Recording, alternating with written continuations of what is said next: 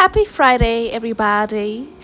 Today I'll be showing you how to make my wonderfully crispy battered mushrooms. Almost tastes like chicken, but not really, because it's mushrooms, guys. Let's be realistic here. But they are still very delicious and very moist and very tasty.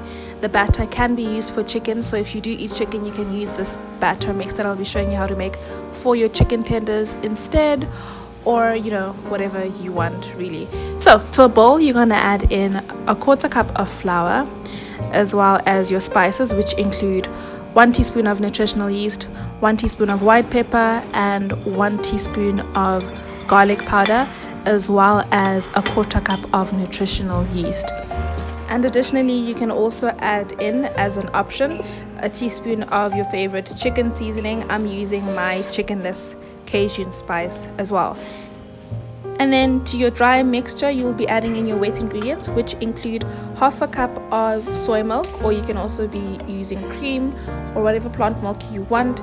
And then we'll also be adding in a teaspoon of mayonnaise, because I just feel like this adds in a really nice, interesting flavor to the batter, especially because of the vinegar. And speaking of which, to add in some spiciness, I decided that I wanted to add in the vinegar from my pickled chili, because it's definitely a bit spicy, and that actually did make a difference in the spiciness level of my battered mushrooms. It wasn't too much, but it was still good enough. Anyway, you're gonna give that a mix and see how the consistency is.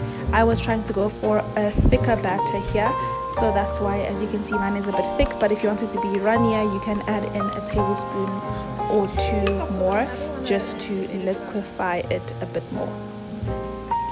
I realized after mixing in my batter that I didn't add in any herbs, and I did find this very funny when I was recording my voiceover, which I'm doing now. So just as another ingredient, because I do love thyme, people, I decided to also add in a teaspoon of thyme.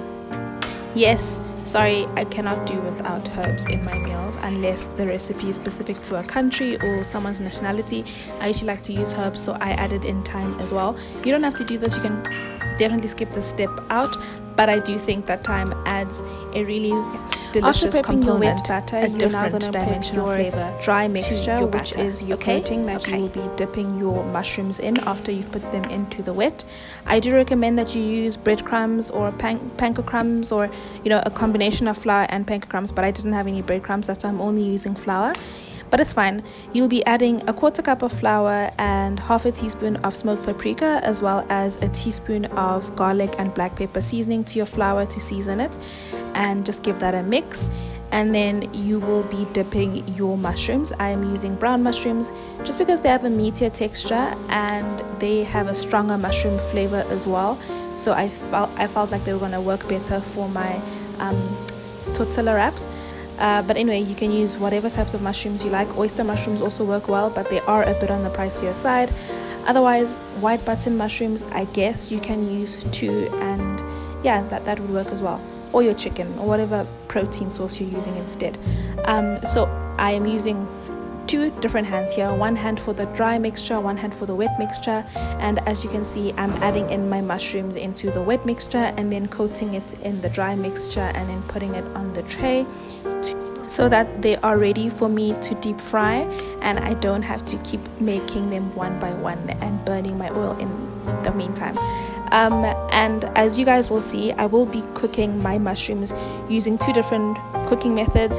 One will be the shallow fry that I'm using here, or deep fry, whichever one you prefer, but I do prefer shallow fry, and also putting them in the oven.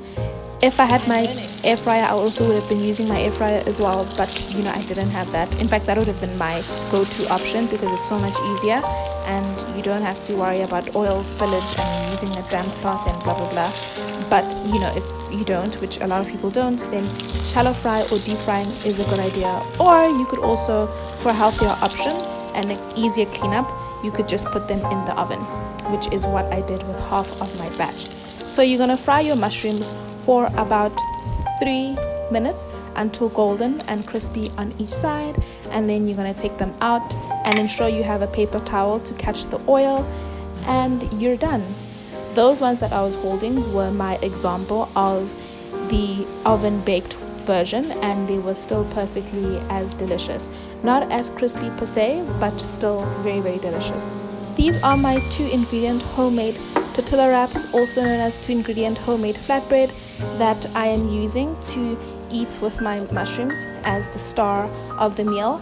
And here I am making my salsa, which was just some cucumber, tomato, onion, and apple cider vinegar, as well as some lemon juice, and then some salt and pepper to taste, and some of my chili vinegar because I wanted some spiciness. I gave that a mix, and then I set that aside for the flavors to marinate nicely. And then I made my tortilla wrap, which was constituted of the salsa, the battered mushrooms, the delicious, very crispy battered mushrooms, and my homemade burger sauce, as well as some sliced radish for some color. Really, it's really for some color. And ta-da! I enjoyed, and my friends did too, those of whom I did share this with. Otherwise, you can definitely, and I absolutely recommend, you try this recipe yourself. It's so easy and so delicious. If you don't like mushrooms, maybe making them this way will help you enjoy them, I guess. Or you don't even have to use mushrooms, you can use other things instead. For a vegetarian option, you could use pressed tofu. If you don't like tofu, you could use more vegetables. You could use different types of mushrooms, like I said, oyster mushrooms. For a non-vegetarian option, you could use chicken tenders, you could use fish, you could use anything really. The list is endless. Possibilities are out there. Go and find them, guys. Be free, be creative. Anyways, enough from me. Until next time, bye.